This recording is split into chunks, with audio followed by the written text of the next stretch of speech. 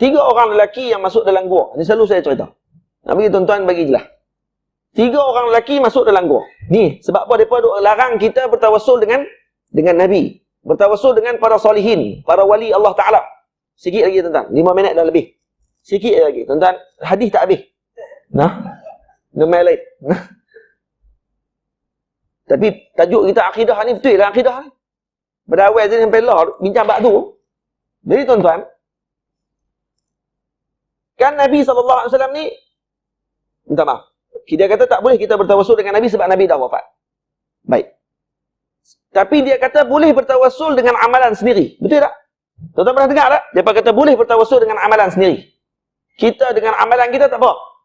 Bukti dia apa dia? Ada hadis dalam dalil, dalam Sahih Bukhari. 3 orang lelaki yang masuk dalam gua. Betul tak?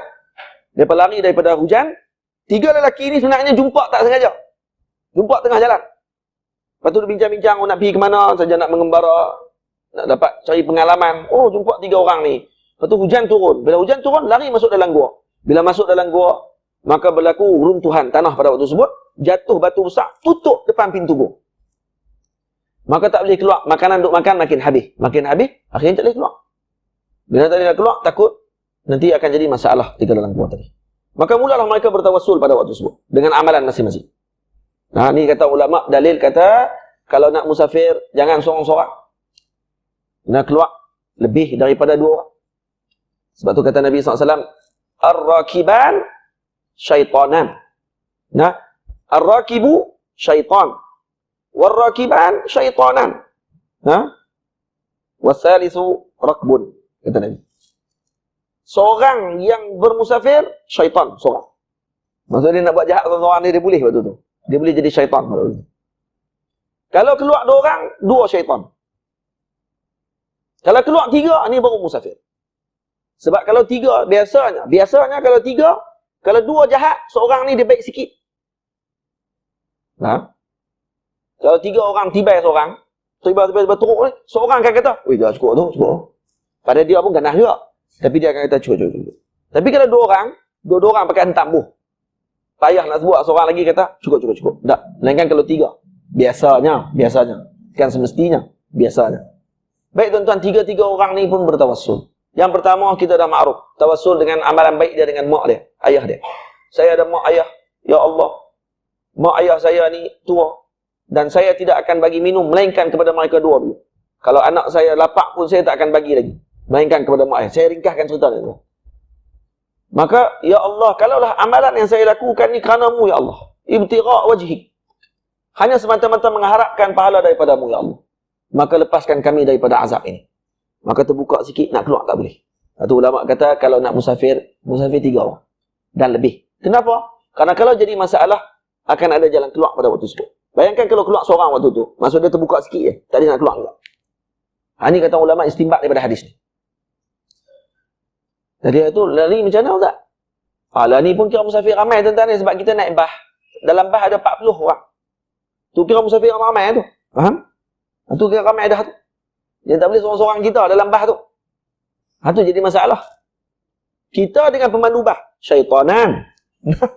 Pemandu bah kadang-kadang, kalau yang tidak ada iman, tengok pula duduk belakang anak dara seorang, kadang-kadang main syaitan dalam kepala dia. Syaitanan. Tapi kalau ada 3 orang dalam tu, kemungkinan dia akan tahan dulu. Daripada dia buat jahat. Sebab tu 3. Nampak tak? Lepas tu kalau dalam bah, dalam kapal terbang, kita naik, kita katakan kita pergi seorang-seorang. Tu dalam bah, dalam kapal terbang tu kan ramai. Tu ramai tu. Dikira ramai dalam musafir tu. Nampak tak? Dikira ramai. Baik. Ini saya tanya kepada guru saya sendiri. Adakah dalam bah kita naik, kita daripada rumah seorang-seorang? Adakah kita dikira syaitan pada waktu tu, Syekh? Tapi kita naik bah, dalam bah ramai orang. Syekh kata, kira ramai. Dikira ramai pada waktu tersebut. Tidak dikira seorang-seorang. Faham? Baik. Jadi lelaki kedua pula sebut, saya pula, ya Allah, saya ada seorang sepupu. Saya kasih kepada sepupu saya ni seperti seorang lelaki kasihkan wanita. Bukan seperti adik-beradik. Maksudnya saya kasih kepada dia sebagai kekasih. Dan saya sering ajak dia buat yang tidak elok. Tapi dia selalu menolak.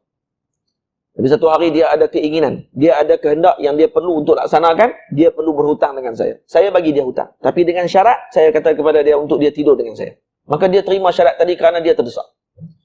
Pada hari yang saya janji dengan dia, dia datang. Dan kemudian ketika saya berada di antara celah kangkangnya, pada waktu tersebut, celah pahanya pada waktu itu, maka dia mengatakan kepada saya, takutlah kamu kepada Allah. Janganlah kamu meletakkan, janganlah kamu menyarungkan cincin yang bukan hak kamu pada waktu tersebut. Yang digunakan kinayah pada waktu tersebut. Kinayah kepada al-jima'. Ni orang dulu no bahasa dia jaga sungguh. Orang zaman lah kalau cerita habis semua. Nah, kalau boleh nak ceramah tu, cerita habis. Jadi cukup tu. Kita guna kinayah juga. Jangan menyarungkan cincin bukan pada haknya. Maka pada waktu tersebut, saya terjatuh pada waktu itu. Kerana saya gerun dengan namamu, ya Allah. Dan saya lepaskan sepupu saya tadi. Dan saya halalkan hutang saya kepada beliau. Ya Allah, kalaulah saya buat tadi kerana takutkan kamu, ya Allah. Dan kerana mengharapkan redamu, ya Allah. Lepaskan kami daripada balak ini. Terbuka sikit lagi. Tapi nak keluar tak boleh. Yang ketiga pula sebut saya, ya Allah. Saya ini ada seorang pekerja yang kerja dengan saya. Dan dia keluar awal daripada kerja dia tanpa sempat dia ambil gaji. Dalam riwayat yang lain sebut kata dia marah dekat saya. Pekerja tu marah dekat saya. Dia pun tinggal kerja tu balik ke kampung dia. Dan lama dia tak datang. Tapi dia ada gaji lagi sikit. Gaji dia banyak mana tuan-tuan? Lebih kurang secupak beras ataupun beberapa cupak beras. Dan daripada cupak tersebut saya pusingkan modal tadi yang saya gunakan. Dan akhirnya saya dapat beli kambing, beli lembu, beli unta. Maksud dia ni memang peniaga yang hebat. Dia boleh pusing modal laju. Dan sehinggalah beranak pinak binatang-binatang tadi. Lama kemudian barulah laki ni datang balik, tuntut balik gaji dia dulu. Maka saya kata kepada dia, yang kamu tengok depan mata kamu ni, itulah hasil daripada gaji kamu. Kambing-kambing yang ada dekat padang tu. Dia kata, biar betul. Cakap Arab lah. Dia terjemah bahasa Kedah. Dia kata, betul kan macam ni? Kamu main-main dengan saya? Tak. Ini hasil daripada gaji kamu yang saya gunakan, sebab saya ingat kamu dah tak datang dah. Maka itulah yang kamu punya sebenarnya. Laki tu pun ambil semua tu. Dia yang laki tu pun. Ambil semua tu, tak tinggal sikit pun kat dia. Dia kata, ya Allah, kalaulah saya ikhlas memberikan pada waktu tersebut, ya Allah, lepaskan kami daripada azab ini. Terbuka terus dan mereka boleh keluar. Faham tuan-tuan? Tuan-tuan, poin dia apa sekarang ni? Poin dia daripada tawassul dengan apa? Tawassul dengan apa tuan-tuan? Dengan amalan apa? Baik. Amalan ni makhluk ke tak tuan-tuan? Awal tadi saya sebut dah. Tadi awal-awal cerita lagi kita dah sebut dah. Amalan kita makhluk tak? Wallahu khalaqakum wa ma ta'malun. Amalan kita pun makhluk lah. Allah Ta'ala yang buat. Maksudnya Allah Ta'ala buat semua makhluk. Betul kan? Kalau kita duk keliru lagi tuan-tuan, kita banyak masjid tuan-tuan. Bila kita tanya, amalan kita makhluk, dia pening terus. Amalan makhluk. Datang apa pula ni? Dia buat pening. Habis itu amalan ni apa dia? Tuhan. Amalan kita ni makhluk tak? Amalan kita ni tak orang nak pasti Ustaz. Tapi kita makhluk. Dah kita makhluk, betul amalan kita Tuhan. Kok mana? Amalan kita makhluk, amalan yang kita buat ni pun makhluk jugalah. Sebab makhluk yang boleh duduk dengan makhluk. Faham? Dan siapa yang buat ni? Allah. Allah yang menjadikan. Wa ma ramaita idh ramaita walakinna Allah rama. Baik tuan-tuan. Amalan kita makhluk. Ittifaq. Jelas. Faham? Amalan kita makhluk. Allah Ta'ala yang jadikan. Baik, kita boleh bertawassul dengan amalan kita. Yang dia makhluk. Mana dia tadi orang yang kata kita ni, Wahabi pun kata boleh tuan-tuan. Wahabi kata boleh bertawassul dengan amalan. Wahabi tak khilaf ni tuan-tuan. Bawa tuan-tuan tanya Wahabi. Boleh tak bertawassul dengan amalan? Dia mesti kata boleh. Makna dia boleh bertawassul dengan amalan. Dengan bahasa lain, boleh bertawassul dengan makhluk. Betul kan? Kalau dia tanya, boleh bertawassul makhluk lah makna dia? Tak. Boleh bertawassul dengan amalan bukan dengan makhluk. Tuan-tuan boleh bagi penampak waktu tu. Sebab dia tak faham pun bahawa amalan dia tu makhluk pada waktu tersebut. Dia pun tak faham. Maknanya saya tanya kat seorang budak ni, bila dia mai kata kat saya tu, saya kata, tadi hadis yang saya baca tadi ni, kamu setuju tak? Dia bertawassul dengan amalan dia? Ya, setuju. Baik, amalan ni makhluk tak? Saya tanya kat dia. Lepas tu dia pening. Apa dia Ustaz? Amalan makhluk tak? Amalan makhluk. Apa dia tu? Saya pernah dengar pun. Patutlah pun. Kata budak ni. Amalan makhluk tak makhluk pun tak tahu. Tak ada apa dalam masjid malam ni. Baru tahu malam ni. Banyak amalan tu makhluk. Tapi buat pandai. Buat macam Tok Guru sebut dulu. Buat TV lah kan. Baik tuan-tuan, amalan ni makhluk. Amalan hak makhluk ni, nak nisbah apa pada dia? Hidup kan, mati kan, datang apa? Nak kata hidup, tak pernah nampak pula. Nak kata mati tak boleh, dia kata ada amalan tu. Nak nisbah apa pada amalan ni? Tak tahu nak nisbah apa. Hidup ke mati pun tak tahu. Tapi ada. Nah, amrun i'tibari ke?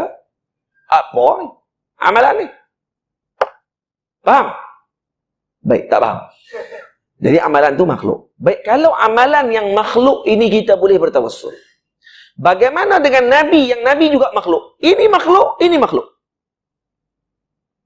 Amalan kita yang tak tahu nisbah hidup ke mati pun boleh bertawassul dengan Nabi SAW yang jelas hidup di sisi Allah Ta'ala, tiba-tiba tak boleh bertawassul. Gila. Ini mi'yar ataupun otak yang tidak betul dia punya timbangan. Tuan-tuan. Lepas tu kalau tuan-tuan tahu, Wahabi adalah makhluk yang sengit otak dia. Faham? Dia tidak boleh timbang dengan elok. Itulah kesimpulan kita malam ni. Wahabi, otaknya sengit. Wallahu'alam bisawab.